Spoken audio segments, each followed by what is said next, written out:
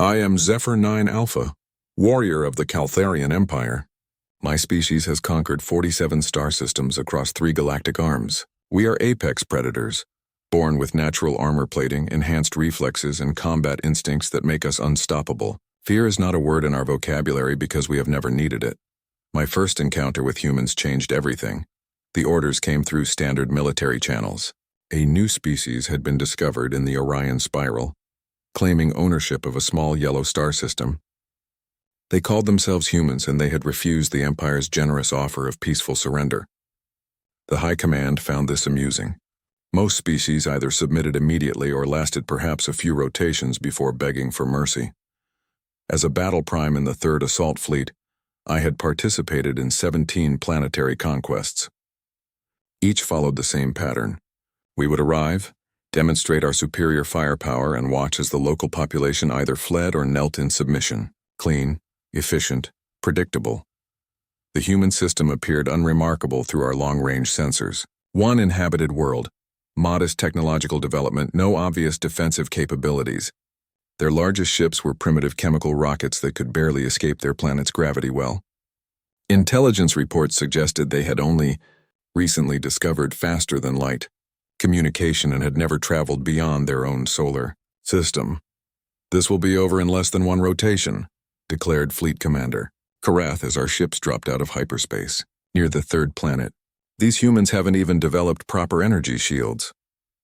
I stood on the command deck of the battleship Dominance, watching the blue-green world grow larger on our displays.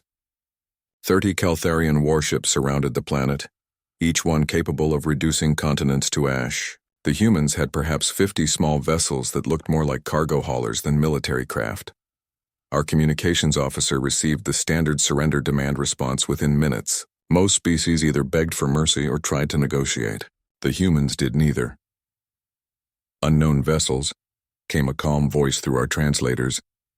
"This is Admiral Sarah Chen of the Earth Defense Force. You have entered sovereign human space without permission. Withdraw immediately or face the consequences." The bridge erupted in chittering laughter. Consequences? From these primitives? Fleet Commander Korath's mandibles clicked in amusement as he ordered our weapons to power up. The demonstration would be brief but decisive. That's when I first felt something strange. Not fear exactly, but something I couldn't identify. The human voice had carried no tremor, no hint of desperation, just calm certainty, as if she genuinely believed her tiny fleet could challenge the might of the Caltharian Empire. "Fire on their moon," Korath commanded. "Show them what happens to those who defy us." Our primary cannon unleashed enough energy to vaporize a small asteroid. The blast struck the humans' large natural satellite, carving a glowing crater visible from space. Surely now they would understand their helplessness. Instead, Admiral Chen's voice returned, still steady. "You have just declared war on humanity. You will regret this decision." Regret? The word was almost meaningless to us. Caltharians do not regret conquest any more than storms regret destroying trees. We are forces of nature, unstoppable and inevitable.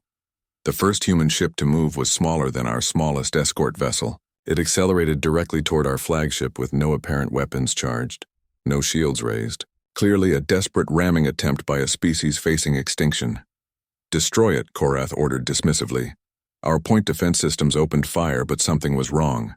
The human ship jinked and weaved through our particle beams with impossible precision.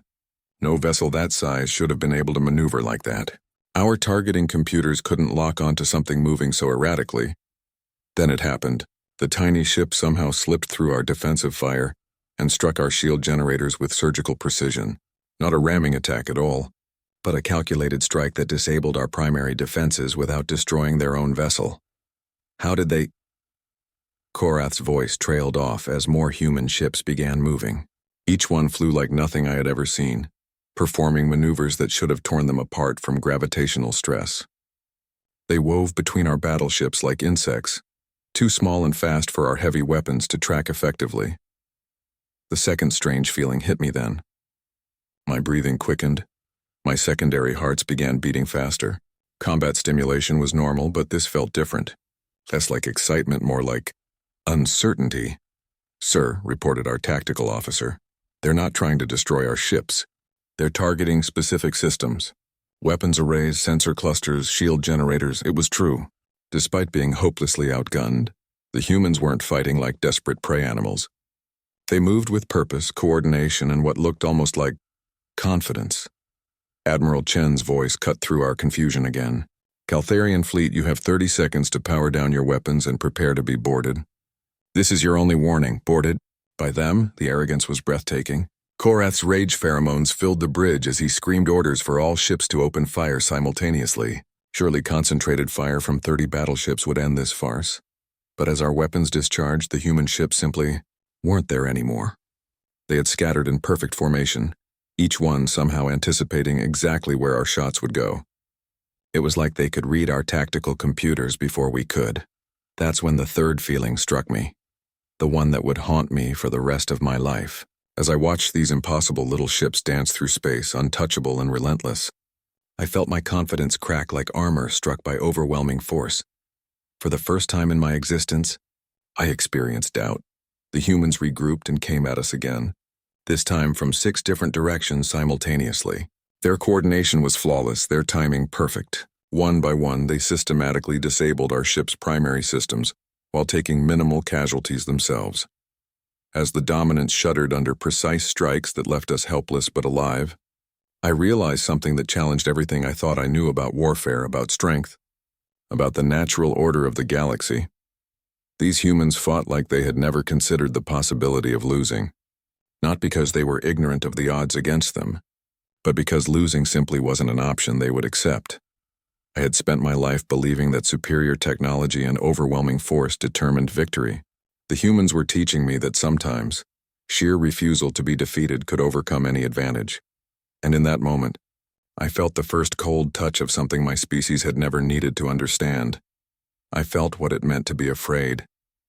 The boarding pods attached to our hull with gentle thuds that somehow sounded more ominous than the explosive impacts I was used to in battle.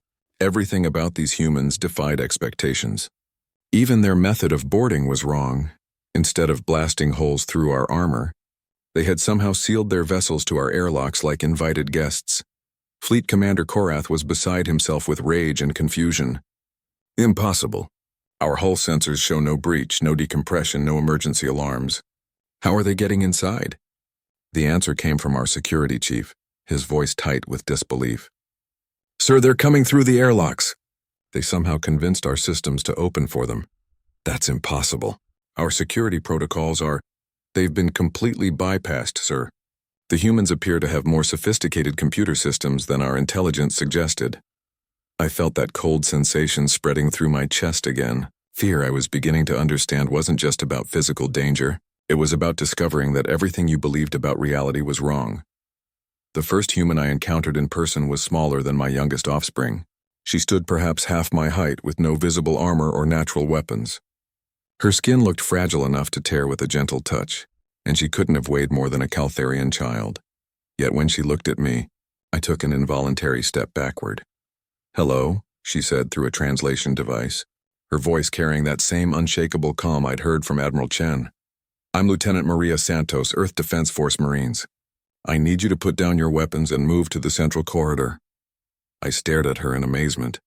This tiny creature was giving me orders? I was a battle prime, a veteran of countless conquests, armed with plasma weaponry and protected by combat armor that had turned aside projectiles from dozens of different alien species. "You cannot be serious," I said, my translator converting my chittering into her primitive language. "I could crush you with one hand." "Probably," she agreed, nodding matter-of-factly.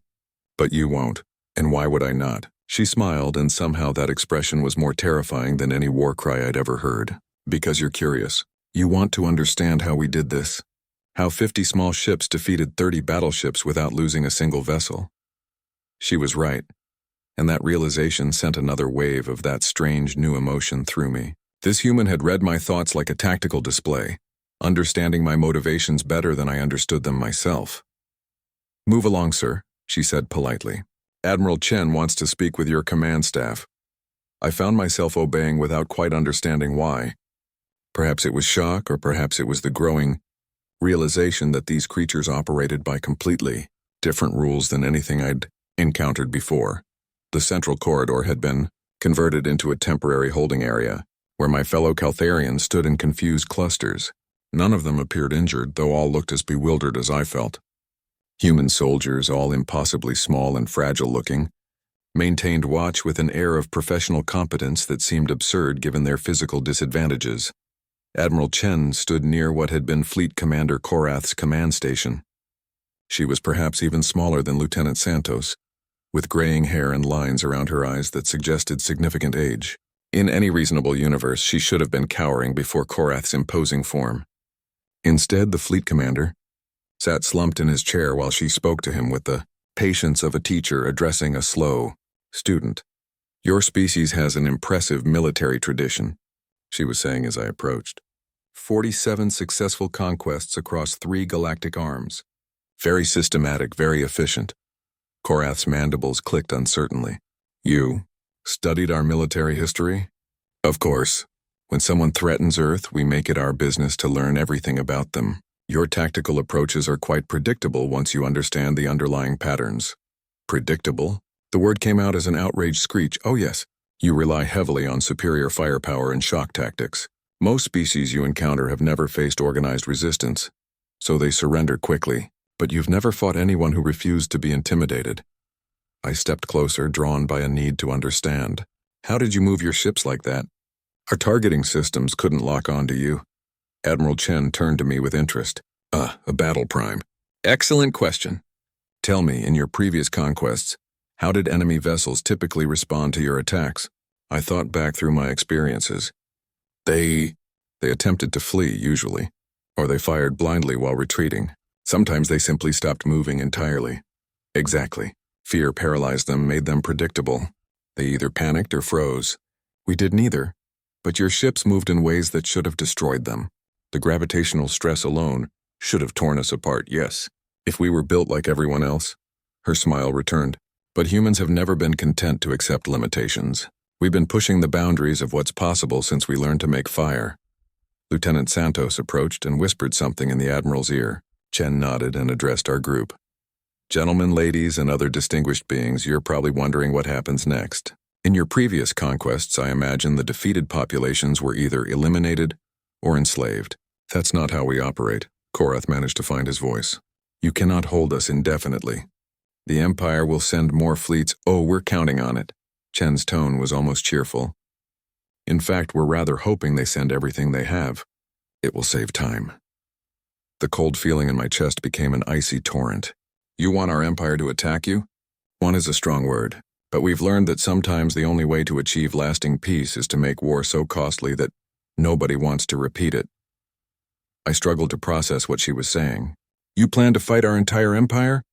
With 50 ships?" 50 ships here, yes. But Earth has been preparing for contact with hostile alien civilizations for over 2 centuries. We've had a lot of time to think about this. 2 centuries? But you've only had faster-than-light communication for about 50 years, yes. But we've been watching the galaxy much longer than that. We know about the Caltharian Empire, the hegemony of suns, the Crystalline Collective, and 17 other major powers. We've been studying all of you." Fleet Commander Korath's carapace had turned pale. "Watching us how?" "Humans are very good at staying hidden when we need to. We've had observation posts throughout this galactic arm for over a century. Small, stealthed, completely passive. You've never noticed them because you never thought to look for something that wasn't trying to conquer or trade with you." The implications hit me like a plasma blast to the chest. While we had been assuming these humans were primitive and isolated, they had been watching us, studying us, learning our weaknesses and preparing for the day we found them. "This was all a trap," I said, the words feeling strange in my mouth. "Not a trap exactly," Chen corrected. "More like a test. We needed to understand how you fight, how you think, how you react to unexpected situations. Now we know. And what do you plan to do with that knowledge?" Her expression grew serious for the first time since I'd met her. "That depends entirely on what your Empire chooses to do next. We've sent a detailed record of this engagement to your High Command, along with our terms for peace. The Empire does not negotiate with conquered species." "You're not conquered," she interrupted gently. "You're educated. There's a difference." I felt another shift in my understanding, like tectonic plates moving in my mind. These humans hadn't defeated us to enslave or destroy us. They had defeated us to teach us something. "What do you want from us?" I asked. Admiral Chen looked at each of us in turn. her gaze somehow managing to be both kind and absolutely implacable. "We want you to go home and tell your leaders exactly what happened here. Tell them that humanity refuses to be conquered, refuses to surrender, and refuses to accept that might makes right. Tell them that we're prepared to prove those points as many times as necessary." The fear I felt wasn't for my own safety anymore. It was for my entire civilization, and what might happen when an unstoppable force met an immovable object. Humanity, I was beginning to realize, was very much an immovable object. The journey back to Caltharian space took 14 rotations, but it felt like a lifetime. Admiral Chen had been true to her word. We were released unharmed, our ships repaired, and our weapons returned. She had even provided us with detailed technical specifications showing exactly how the humans had defeated us. "Study these," she had said as she handed the data crystals to Fleet Commander Korath. "Share them with your military engineers. We want your empire to understand precisely what they're facing." Most conquering species tried to hide their capabilities, maintaining every possible advantage. The humans seemed determined to give away their secrets, and I couldn't understand why until I studied the specifications during our voyage home. The data was terrifying in its implications. What I had witnessed wasn't humanity's full military capability. It wasn't even close. The 50 ships that had defeated our third assault fleet were a local defense force, equipped with outdated technology by human standards. The specifications revealed ship designs that made our most advanced battleships look like primitive cargo haulers. "This cannot be accurate," muttered Chief Engineer Vortax as he reviewed the technical data. "These power-to-weight ratios are impossible. These reaction times would require processing speeds that violate known physics." But I had seen those impossible ships in action. I had watched them dance through space like living creatures, responding to threats before our targeting computers could even identify them. The humans hadn't been boasting or trying to intimidate us. They had been showing us reality. "They've had 2 centuries to prepare," I said, remembering Admiral Chen's words. 2 centuries of knowing that contact with our empire was inevitable. 2 centuries of technological development focused entirely on warfare, added Korath, his voice hollow. While we conquered primitive species and grew complacent, they were preparing for us. The truly disturbing part wasn't their technology. It was their attitude. Every human I had encountered displayed the same unshakable confidence, the same calm certainty that they would prevail regardless of the odds. It wasn't arrogance or ignorance, it was something deeper, something that seemed built into their very nature. Lieutenant Santos had explained it to me during one of our conversations aboard the disabled. "Dominance. Humans don't accept defeat very well," she had said with that same casual tone she might use to discuss the weather. "We have a saying, the difficult we do immediately, the impossible takes a little longer." Most of our greatest achievements came from refusing to accept that something couldn't be done. "But surely you understand the mathematical realities," I had protested. "Your species controls 1 star system. The Caltharian Empire spans 47. The disparity in resources alone is irrelevant," she had finished.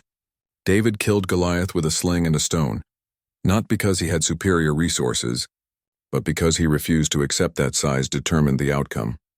I hadn't understood the reference then, but the human cultural database they provided made it clear. Their entire history was filled with examples of smaller forces defeating larger ones through determination, innovation, and sheer bloody-minded refusal to surrender. They called it their warrior spirit, but it seemed more like controlled insanity to me. Upon our return to the Imperial capital, Fleet Commander Korath and I were immediately summoned before the High Command. The Council of War Chiefs listened to our report in growing disbelief, their mandibles clicking in agitation as we described the humans' capabilities. "You're telling us," rumbled Supreme War Chief Thaklon, "that 50 primitive ships defeated our third assault fleet without sustaining a single loss?" "Yes, Supreme War Chief. And these humans claim to have been watching our empire for 2 centuries without our knowledge?" "Yes, Supreme War Chief. And they voluntarily provided you with technical specifications showing capabilities far beyond what they actually used against you?" "Yes, Supreme War Chief." Thaklon's massive form rose from his command throne, his natural armor plates shifting with barely contained rage. "Do you take me for a fool, Korath? Do you expect me to believe that a species of tiny, weak creatures defeated the might of the Empire through superior technology alone?" I stepped forward, knowing my career was about to end, but unable to remain silent. Supreme War Chief, if I may more speak, Battle Prime. It wasn't just their technology, sir. It was something else. Something I've never encountered in 47 conquered worlds. I paused, struggling to find words for concepts my language lacked. They weren't afraid of us. Not because they were ignorant of our capabilities, but because fear simply isn't something they allow to influence their decisions. Absurd. All creatures fear death. I thought so too, sir. But these humans, they seemed more afraid of living in a galaxy where might makes right than they were of dying to prevent it. The council erupted in chittering laughter, but Thaklon silenced them with a gesture. His ancient eyes studied me with the intensity that had made him Supreme War Chief. Explain. During our captivity, I spoke with many of the human soldiers. They knew they were outnumbered. They knew their ships were smaller, and their weapons less powerful. But when I asked Lieutenant Santos if she was afraid, she said something I'll never forget. I paused, remembering her exact words. She said, "Of course I'm afraid. Fear keeps you alive. But being afraid and being paralyzed by fear are different things. We're not fighting because we think we can't lose. We're fighting because losing isn't an option we're willing to consider." Meaningless philosophy, scoffed War Chief Gorlak. Fear is fear. It weakens resolve and clouds judgment. I thought so too, I admitted. But these humans use fear differently than any species I've encountered. They acknowledge it, study it, and then act despite it. It makes them unpredictable. Supreme War Chief Thaklon moved to the central holographic display, bringing up tactical maps of human space. Show me their defensive positions. I uploaded the data Admiral Chen had provided, watching as the display populated with detailed information about human military installations. The council fell silent as the scope became clear. Hidden throughout the Orion spiral were defensive networks that dwarfed anything in our empire.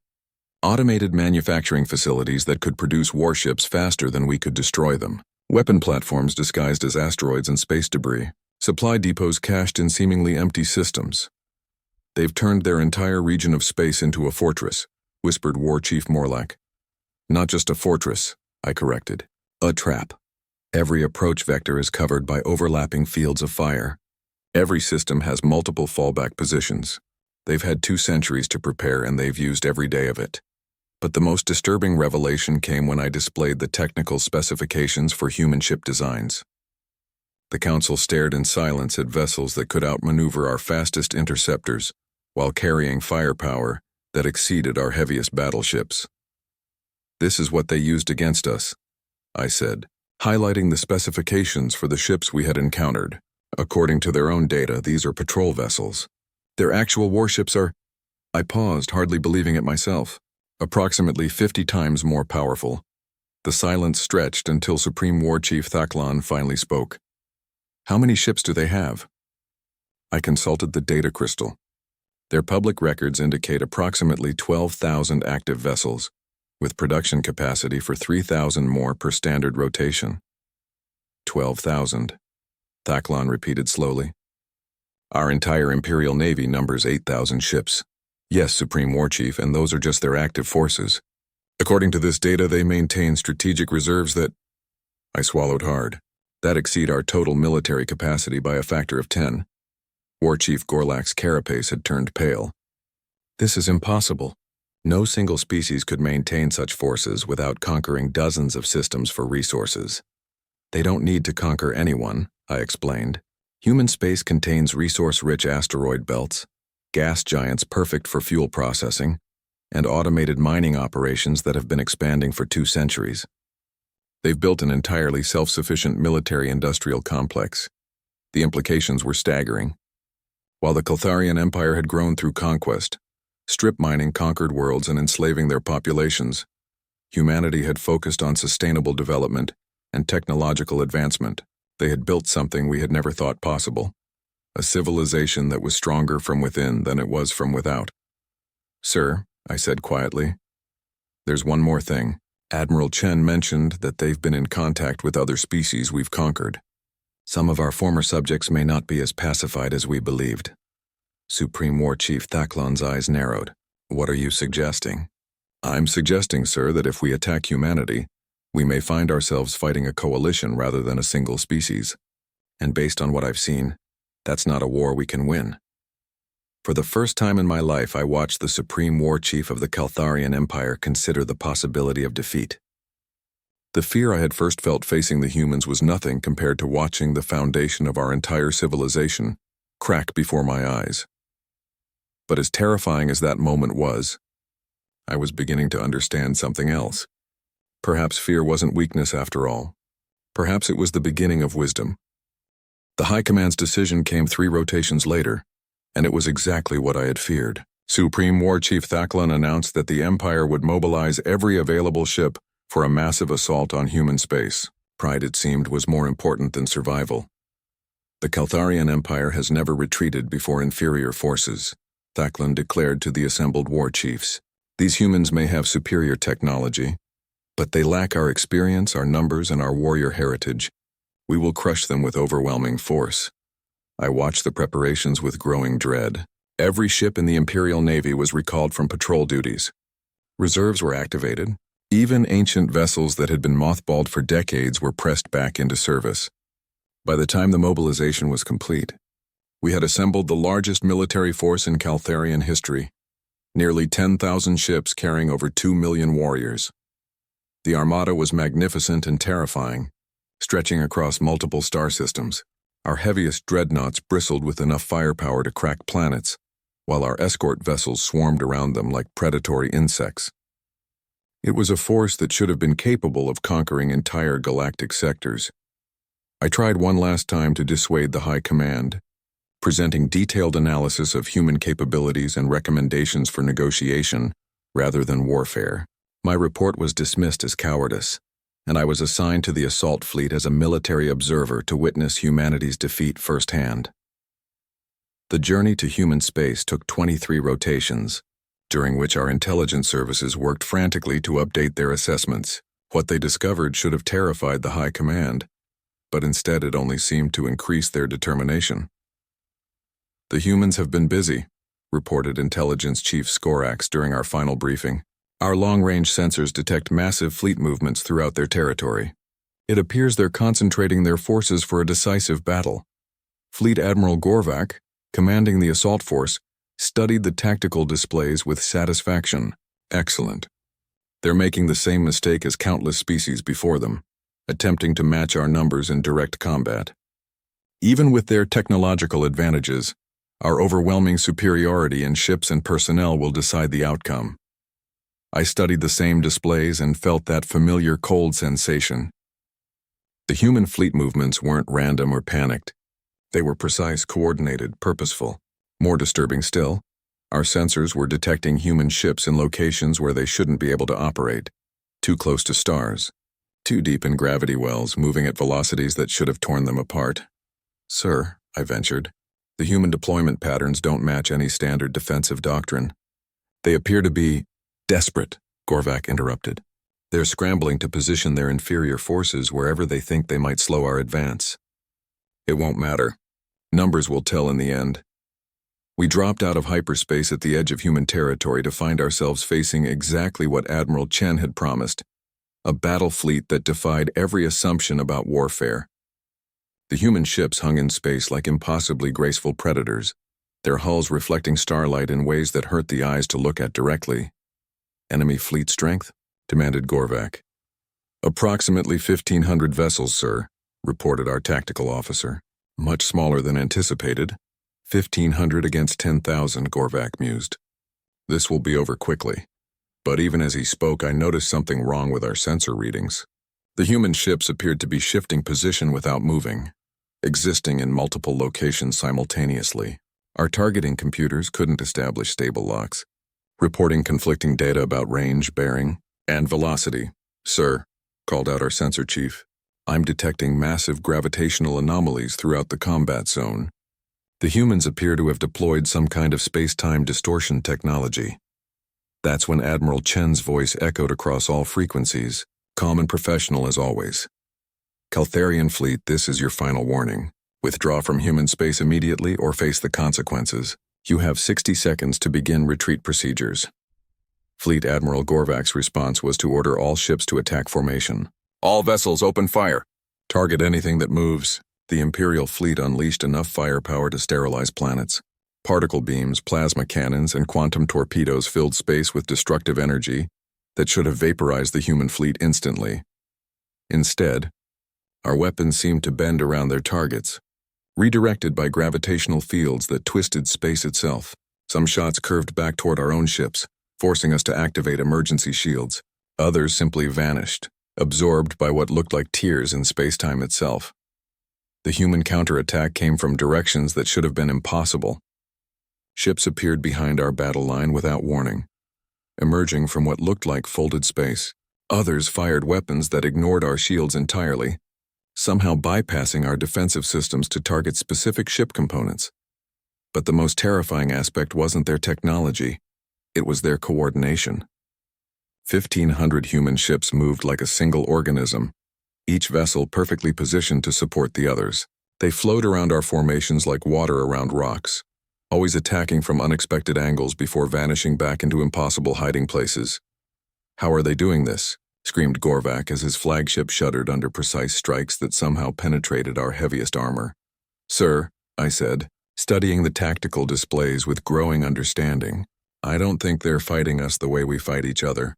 They're fighting us the way they fight gravity or entropy or any other natural force they want to overcome." "What does that mean?" "It means they're not trying to match our strength. They're trying to redirect it, use it against itself, make our own size and power work in their favor."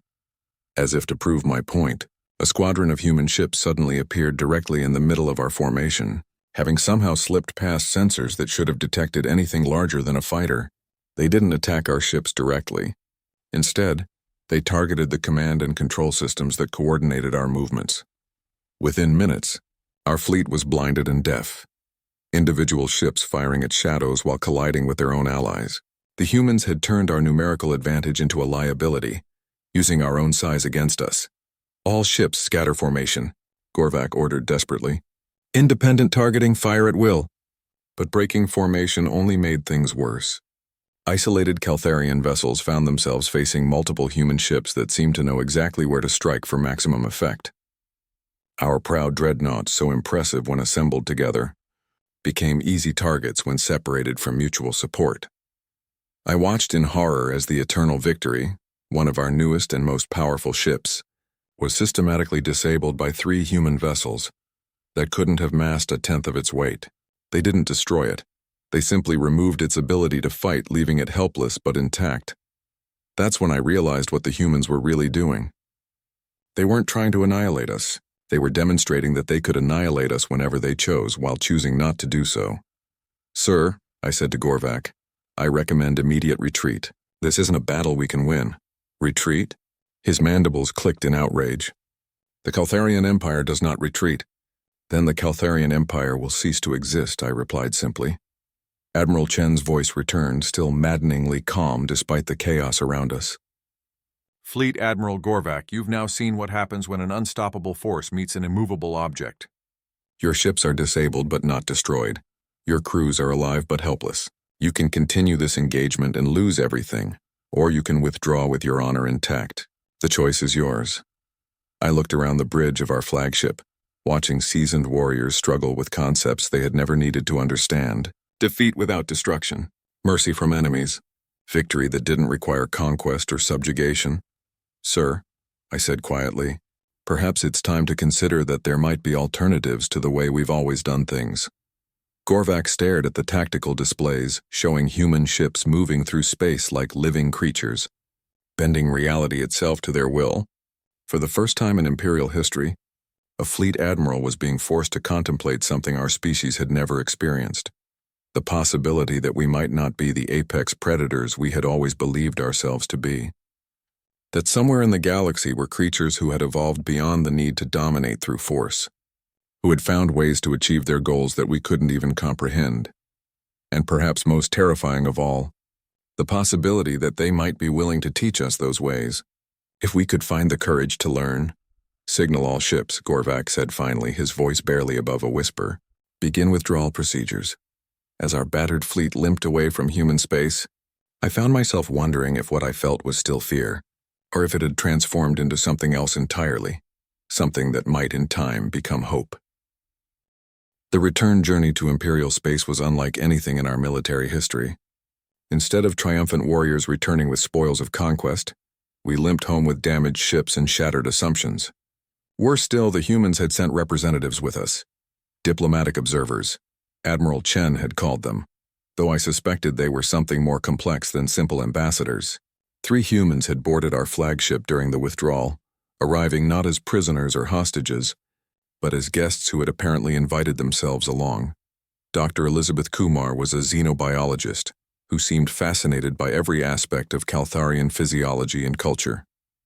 Commander James Wright was a military strategist who spent his time studying our tactical systems with the same academic interest a scholar might show toward ancient historical texts. The third was Captain Sophia Reyes, whose exact role remained unclear, but who seemed to observe everything with quiet intensity. "Your ship design philosophy is quite interesting," Dr. Kumar commented as she examined our bridge architecture. "Everything focused on projecting power and intimidating opponents. Very effective for psychological warfare against species that can be intimidated." Fleet Admiral Gorvak's mandibles clicked irritably. "Our ships are designed for victory." "Oh, absolutely," she agreed cheerfully. "But only against enemies who fight the way you expect them to fight. What happens when you encounter opponents who refuse to be intimidated, or who don't engage on your terms?" The question hung in the air like a challenge none of us wanted to acknowledge. Our entire military doctrine was built on the assumption that superior firepower and aggressive tactics would overwhelm any opposition.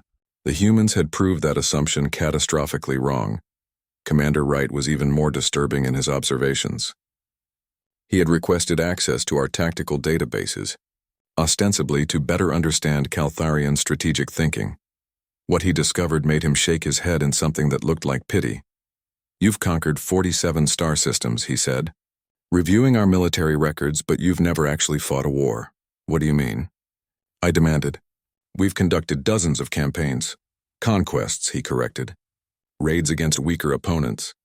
But war, actual warfare between near-equal powers, that's something entirely different. It requires adaptation, innovation, the ability to learn from defeats and change tactics accordingly. The Caltharian Empire has never been defeated." "Because you've never fought anyone capable of defeating you," Wright interrupted gently. "Until now." Captain Reyes spent her time talking with individual crew members, asking questions about our society, our history, our understanding of the galaxy. Her conversations were casual, almost friendly, but I began to notice that she was systematically gathering information about the Empire's internal structure. "Tell me about the conquered species," she asked during one of our discussions. "How do you maintain control over 47 different star systems?" "Through strength," I replied automatically. "Those who submit are treated fairly. Those who resist are crushed." She made a note on her personal data pad. "And how do you define treated fairly?" I found myself describing the imperial system of governance. Conquered species relegated to labor castes. Resources extracted for the benefit of the Empire. Local cultures systematically suppressed to prevent rebellion. As I spoke, I began to see our civilization through human eyes. And what I saw was deeply uncomfortable. "So you maintain order through fear," Reyes summarized. "Through strength," I corrected. "Same thing, really. Fear is just strength applied psychologically rather than physically. And how does humanity maintain order?" Her smile was enigmatic. "We don't. Order implies stagnation, and humans have never been very good at staying still. We maintain cooperation instead, which is much more flexible. Cooperation requires trust. Trust requires weakness, does it?" She pulled up a holographic display showing the recent battle. "Did our ships look weak to you? Did our strategies seem like they came from weakness?" I studied the tactical replay, watching human vessels dance through space with impossible grace, bending the laws of physics to their will. Nothing about their performance suggested weakness. "Your trust in each other," she continued, "allowed every ship in our fleet to act independently while still supporting the overall strategy. Your ships had to wait for orders from Central Command because you don't trust individual commanders to make the right decisions. Which approach proved more effective?" The answer was obvious, but admitting it would require acknowledging that everything I'd been taught about strength and weakness was wrong. Dr. Kumar's research was revealing equally. disturbing insights about the Empire's long-term sustainability. She had requested demographic data on conquered worlds, ostensibly for academic research, but her conclusions were alarming. "Your empire is in demographic collapse," she announced during one of our briefings. "Conquest-based civilizations always are, eventually?" "Impossible," scoffed Gorvak. "We control more resources than any power in the galaxy." "Resources, yes. But population, genetic diversity, cultural innovation?" She displayed a series of charts that made our situation clear. "You've been strip mining conquered worlds for centuries, but you haven't been investing in their long-term development. Your core worlds are overcrowded and resource depleted, while your conquered territories are depopulated and economically devastated. We maintain order. You maintain stagnation." Kumar interrupted. "Fear suppresses not just rebellion, but innovation, creativity, growth. Your empire hasn't developed any significant new technologies in over 2 centuries because you've destroyed the conditions that make advancement possible." Commander Wright nodded agreement. "It's a classic imperial paradox. The methods that allow you to conquer territory make it impossible to develop that territory effectively. Eventually, the cost of maintaining control exceeds the benefits of expansion." "And then what happens?" I asked, though I dreaded the answer.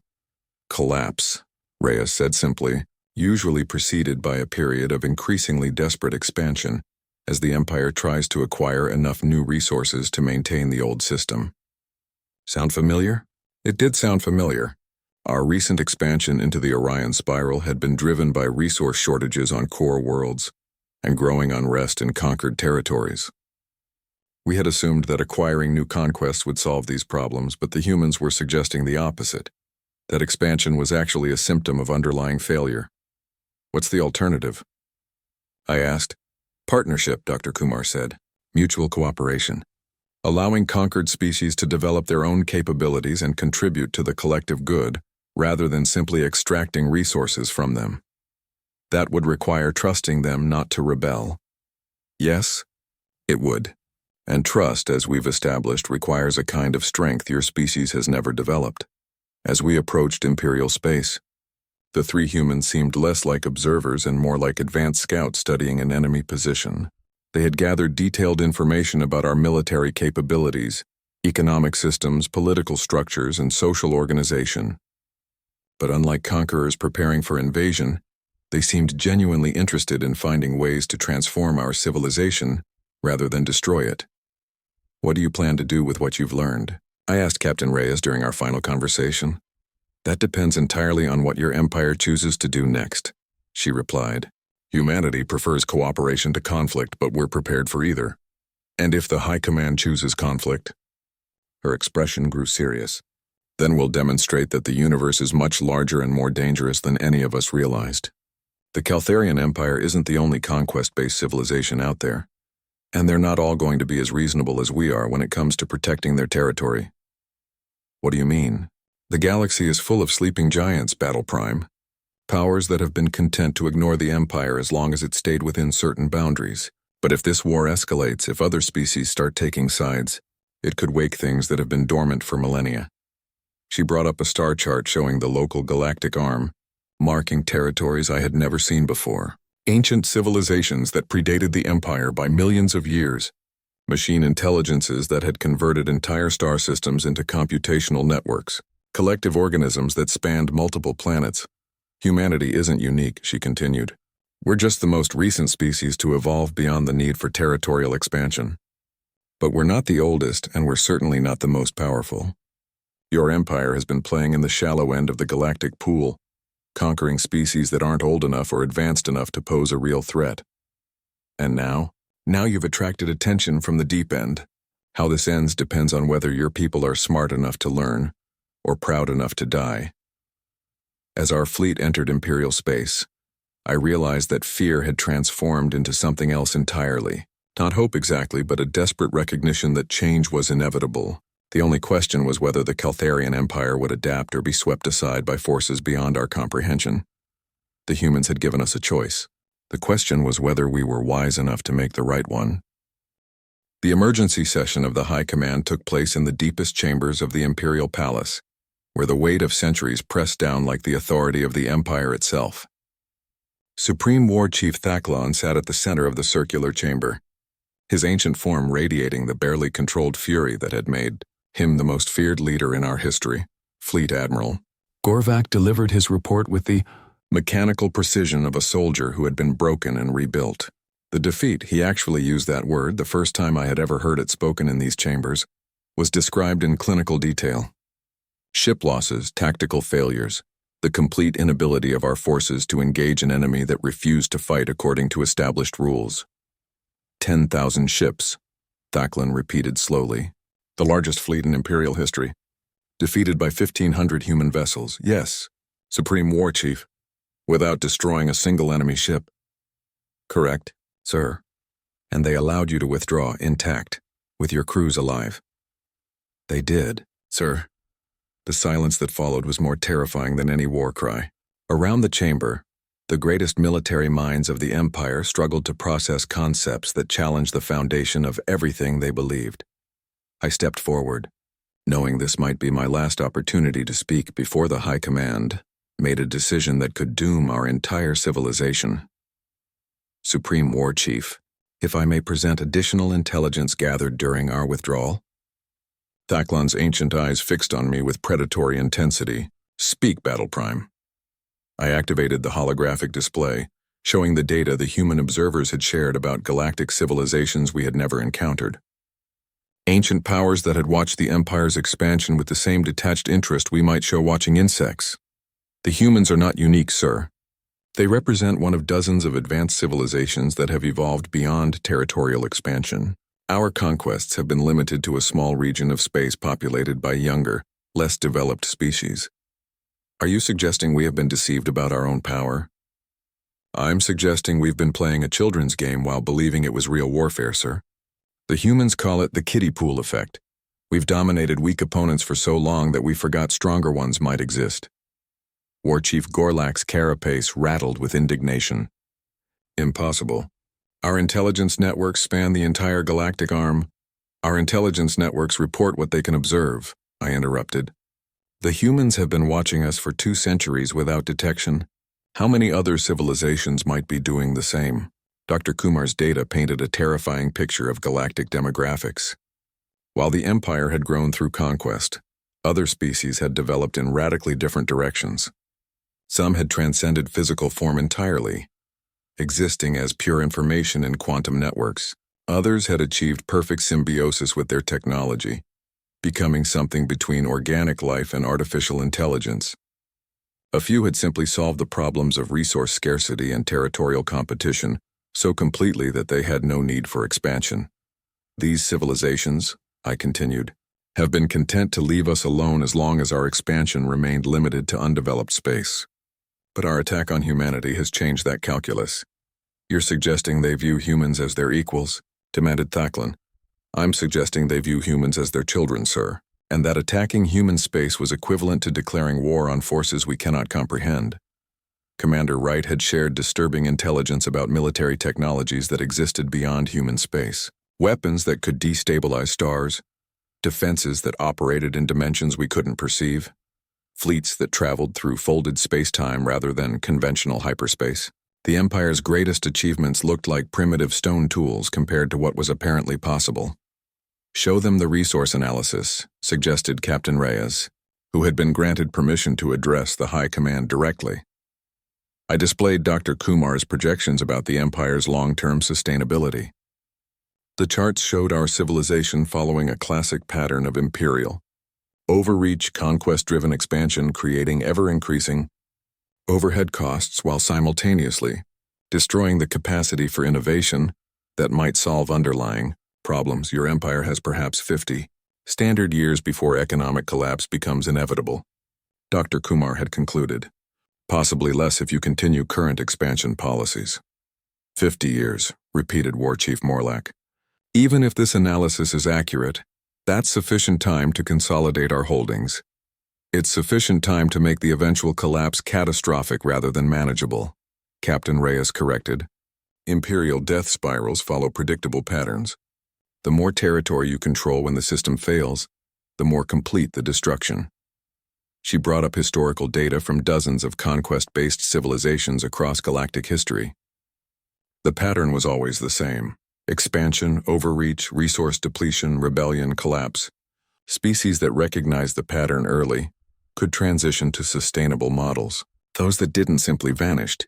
What you're describing, Thaklon said slowly, is the end of the Caltharian Empire. We're describing the end of one version of the Caltharian Empire, Dr. Kumar clarified. What comes next depends on choices you make in the immediate future. What choices? Commander Wright stepped forward, his small form somehow commanding attention in a chamber full of apex predators. You can continue the current path and face inevitable destruction within decades.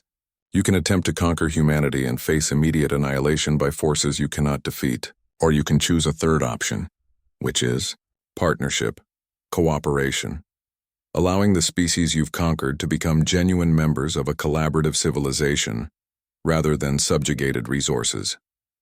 The chamber erupted in outraged chittering. The suggestion was so alien to Imperial thinking that most of the war chiefs couldn't even process it as a realistic possibility. You're asking us to surrender everything that makes us Caltharian? Snarled War Chief. Gorlak, I'm asking you to evolve, Wright replied calmly. Humans faced the same choice 3 centuries ago.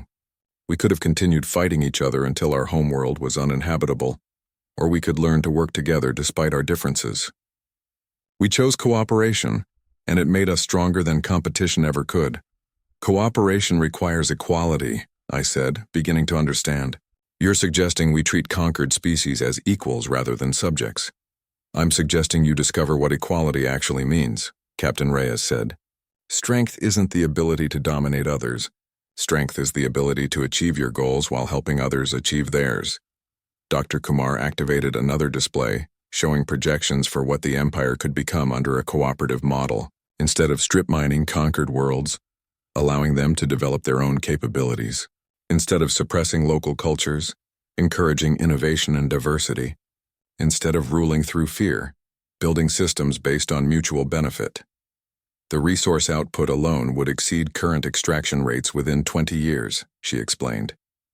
And that's not counting the technological and cultural innovations that become possible when entire populations are working toward common goals rather than being suppressed. Supreme War Chief. Thaklon studied the projections in silence, his ancient mind wrestling with concepts that challenged every assumption about power and dominance. You're asking us to trust species that have every reason to hate us, he said finally. We're asking you to give them reasons not to hate you, Wright replied. Hatred is expensive to maintain across generations. Most species would prefer prosperity to revenge given the opportunity. And if they choose revenge anyway? Captain Reyes smiled. And there was something in that expression that reminded me why these small, fragile-looking creatures had defeated the Imperial fleet so completely. Then you'll discover why humanity spent 2 centuries preparing for this conversation instead of just hoping it would never happen. Trust, as we've mentioned, requires a very specific kind of strength. As the session continued into the night cycle, I found myself watching the greatest military leaders in our history struggle with the possibility that everything they had built might be based on fundamental misunderstandings about how the universe actually worked. The fear I had felt facing human weapons was nothing compared to the terror of watching the foundation of an entire civilization crack under the weight of truth. But beneath that fear, something else was growing. Something that might, with time and courage, become the beginning of wisdom. The question was whether we would have enough of either to choose transformation over destruction. 2 standard years have passed since the High Command made their decision, and I still wake sometimes with the memory of that moment when everything I understood about strength and weakness was forever changed. Supreme War Chief. Thaklon had sat in silence for nearly an hour after the human representatives finished their presentation. The greatest military mind in Imperial history, wrestling with the possibility that military might itself might not be the ultimate arbiter of galactic power. When he finally spoke, his words carried the weight of civilizational transformation. The Empire will implement a trial period of cooperative governance with 3 conquered systems, he had announced. Battle Prime Zephyr 9 Alpha will oversee this transition. working directly with human advisors to develop new administrative protocols. The chamber had erupted in protests, but Thaklan's ancient authority silenced them. If cooperation proves more effective than conquest, we will expand the program. If it fails, we will have lost nothing and gained valuable intelligence about human weaknesses. I had been terrified by the assignment, but not in the way I expected. The fear wasn't about facing unknown dangers or making tactical decisions under pressure. It was the deeper terror of discovering that everything I had believed about my own people might be wrong. The first system we chose for the experiment was Keltha, home to the Mindari, a species we had conquered 18 years earlier.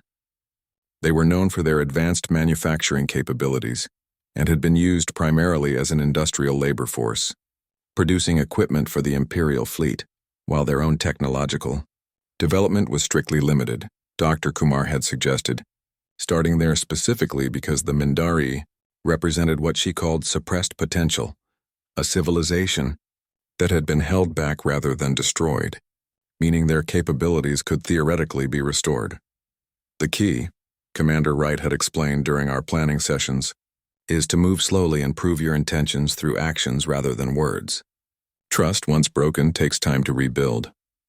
The first challenge was convincing the Mindari that the offer of partnership was genuine rather than some elaborate trap. 18 years of subjugation had taught them to view any imperial proposal with deep suspicion. Governor Talash, the local Mindari leader, had been particularly skeptical during our initial meeting. You conquered our world, enslaved our people, and now you want us to believe you're suddenly interested in cooperation? His translator couldn't fully convey the bitter harmonics of his native speech, but the meaning was clear enough. I understand your suspicion, I had replied, feeling strange speaking words that acknowledged imperial wrongdoing, but circumstances have changed. We've learned that our current system is ultimately unsustainable for everyone involved, including ourselves. And what makes you think we want your sustainability? Perhaps we prefer to watch the empire collapse. The question was fair, and I had spent considerable time preparing an answer that was both honest and strategic. Because collapse would destroy everything we've all built, good and bad together. Your people have capabilities that could benefit the entire galaxy, but only if they're free to develop them. We're offering you that freedom, with the resources of the Empire to support it. Captain Reyes had been present for that conversation, observing but not participating. Later, she had offered her assessment. He's going to test you, she had warned. The Mindari will push boundaries, make demands that seem unreasonable, try to determine if this is genuine change or just a more sophisticated form of control. She was right. Over the following months, Governor Talash and his advisors presented increasingly bold requests.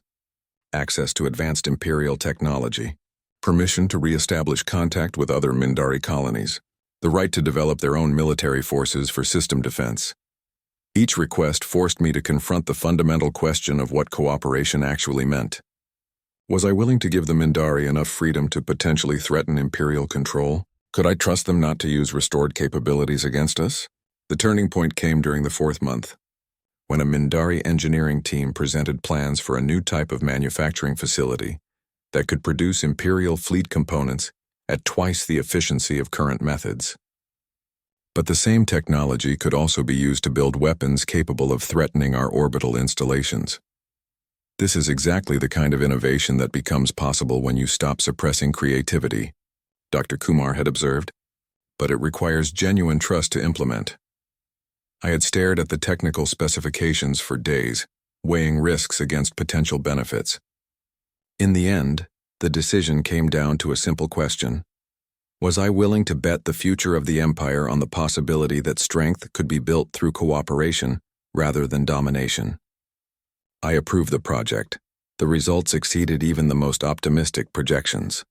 Within 6 months, Mindari manufacturing output had increased by 300%, while resource consumption actually decreased. More importantly, the efficiency improvements were being shared throughout the Imperial industrial network, benefiting every system in the Empire. But the real breakthrough came when Governor Talash requested a private meeting to discuss what he called additional opportunities for cooperation. Our engineers have been analyzing Imperial ship designs, he had said, and we've identified several areas where Mindari biotechnology could significantly improve performance. But implementing these improvements would require access to your most sensitive military specifications. The old me would have rejected such a request immediately.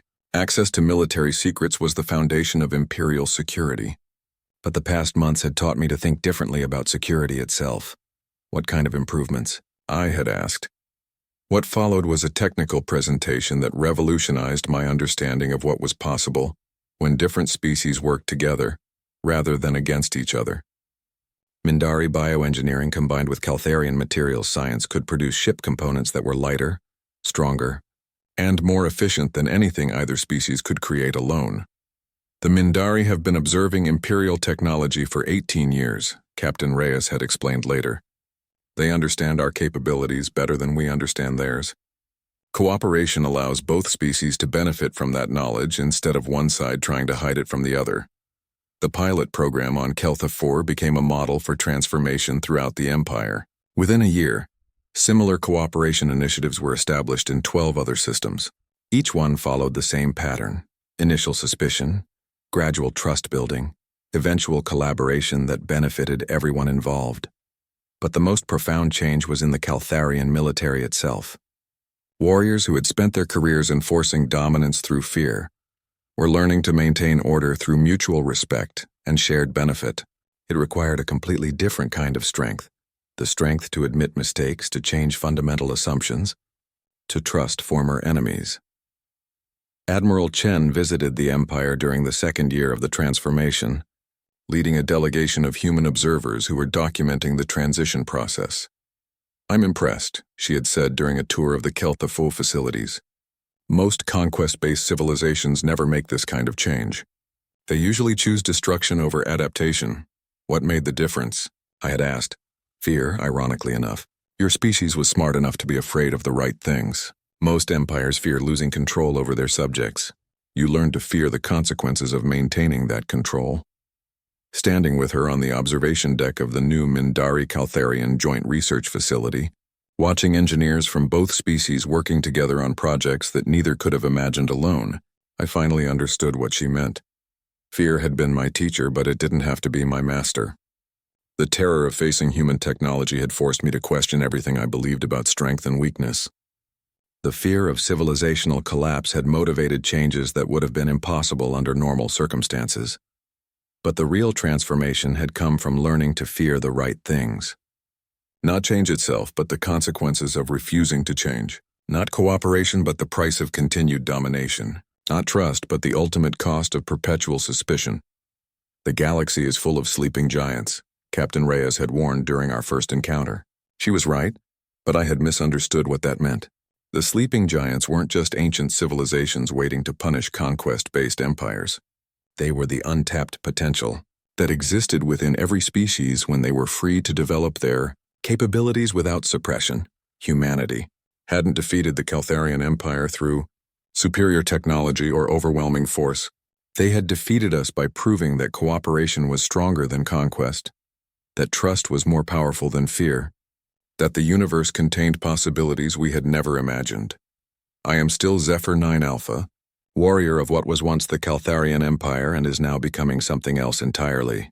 Something that doesn't yet have a name, but which grows stronger every day through the combined efforts of dozens of species working toward common goals. Fear was unknown to me until I stood with humanity. But wisdom was unknown to me until I learned to fear the right things. And in that learning I discovered that the greatest strength of all is the courage to change.